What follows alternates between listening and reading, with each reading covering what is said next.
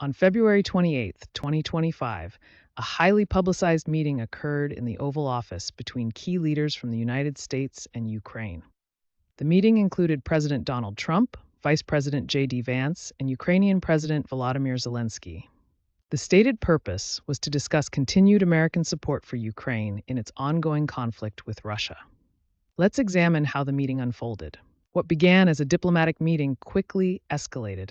The meeting devolved into a shouting match, with President Trump demanding that President Zelensky show gratitude for the support provided by the United States. Trump pressured Zelensky to agree to a ceasefire with Russia, while Zelensky sought stronger security guarantees to protect Ukraine from future Russian aggression.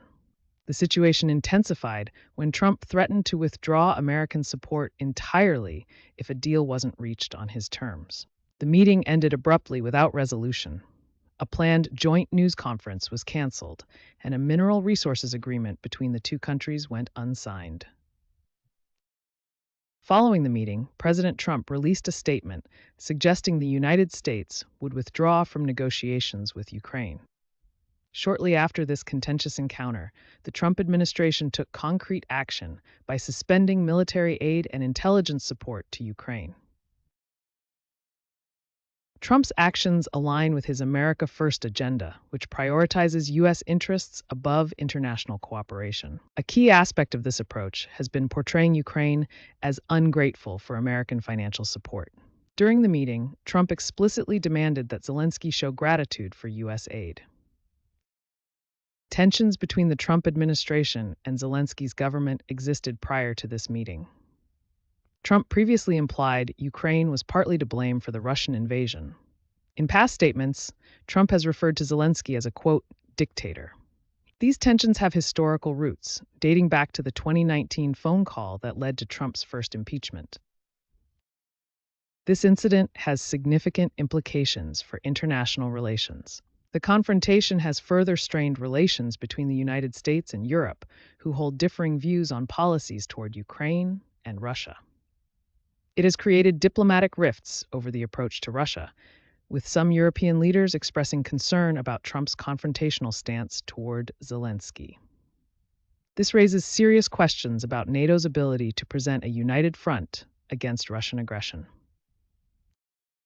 The confrontational meeting has cast serious doubt on the future of U.S. support for Ukraine in its conflict with Russia. The heated exchange has raised questions about whether the U.S. will continue providing aid to Ukraine at previous levels. Shortly after the meeting, the Trump administration suspended military assistance and intelligence sharing with Ukraine. Trump's statements suggest long-term support will depend on Zelensky's willingness to negotiate with Russia on Trump's terms. Some analysts suggest Trump's actions indicate a potential shift in global alliances. There are concerns that the U.S. may be shifting toward alignment with authoritarian governments like Russia, rather than maintaining solidarity with democratic allies.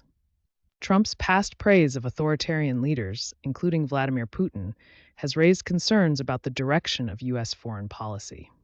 Some fear that strategic interests may begin to outweigh democratic solidarity in U.S. foreign policy calculations.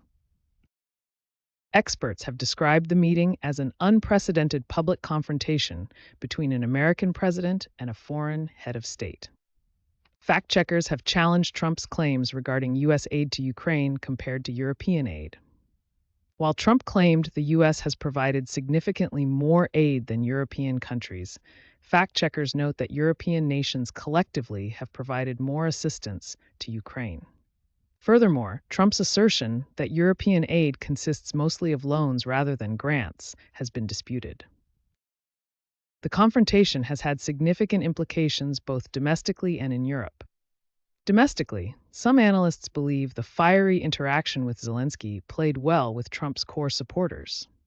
Meanwhile, European leaders recognize they may need to take greater responsibility for their own defense and that of Ukraine. This situation may force European countries to accelerate defense coordination and take a more independent approach to security challenges.